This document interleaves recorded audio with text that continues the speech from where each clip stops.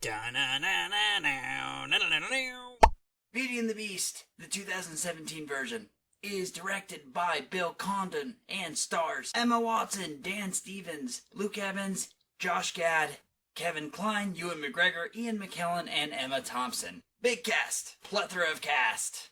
It was written by Steven Chbosky, Evan Spiliotopoulos, and Jean-Marie Leprince Beaumont. I'm really excited to talk to you guys about this movie, tell you if it is good or if it is bad. Let's find out by starting with the characters. Emma Watson plays Belle. I really didn't have a problem with her character. I thought that she was likable enough. Dan Stevens plays the Beast, and honestly, this is the highlight for me. I freaking loved the Beast. He was so well realized. His mannerisms are interesting. Luke Evans plays Gaston, and Gaston he's Gaston. He's a big douchebag. And his buddy, played by Josh Gad, LeFou, honestly, I didn't think that his character was that over-the-top gay. And honestly, I don't have any problems with the progressive movements of the film. Artie! Yeah, I know it's a stupid movie, but I grew up on it.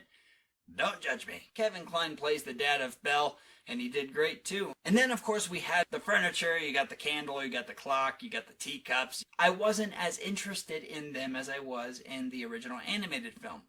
And I think that's because in the cartoon version, you see the expressions on their faces a lot more. And in this one, it seems like there's so much detail and so much intricacy that I was kind of distracted by the overall design of the characters instead of focusing on their expressions. The acting.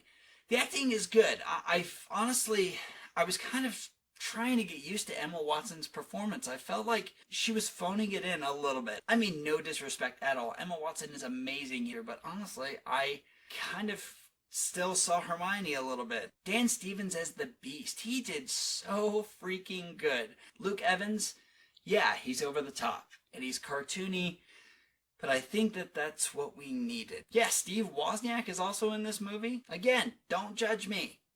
Not the best movie, but I still liked it. Josh Gad as LeFou was great. I particularly liked the song about Gaston. Josh Gad's performance in that song in particular stands out in my mind. As little of an on-screen role as Ewan McGregor has, and Ian McKellen has, and Emma Thompson has, I'm just glad that they're flipping in there. They're all freaking genius actors. The dialogue in the movie. Now, the dialogue does repeat itself quite a bit. It does call back to the 1991 animated version of Beauty and the Beast, but that's okay. There was nothing wrong with the dialogue in that, so don't try to fix it in here, because you can't fix what ain't broke. There are even a couple of things that are obviously added in the movie. For one thing, comedy. There are a lot of comical lines in this. The story. Do I really need to explain the story of Beauty and the Beast? Okay, fine. I'll just explain it.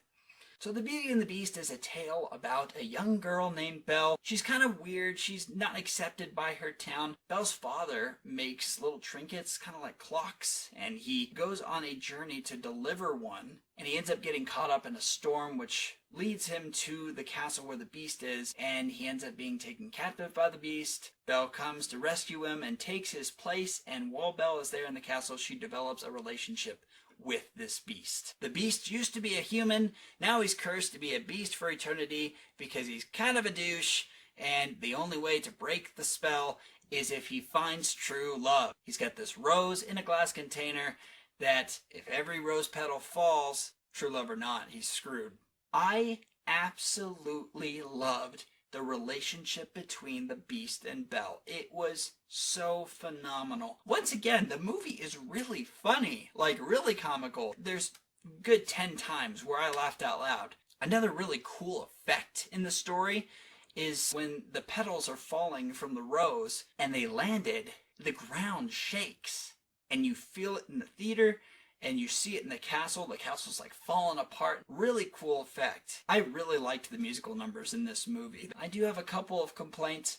One being that arguably the most iconic one being the dance sequence between Belle and the Beast it felt short. The second complaint I have is, I know they added some songs and I think that's cool, but I really honestly felt like the animated version already had the perfect balance between character moments and musical moments. I felt like the extra songs took away moments for us to watch these characters grow. Although there is a song that the Beast sings when he's depressed and sad, that's amazing. It could be a bonus track on the soundtrack, but instead this movie has like 7. Now here's my complaint with the story. Right up until a certain point that's important in the third act, the pacing was really, really good. I had no problems, but then it decides to take a turn and it really wraps things up really quickly. It's like flat out sprint to the end of the movie, and it bugged me kind of a lot. Predictability.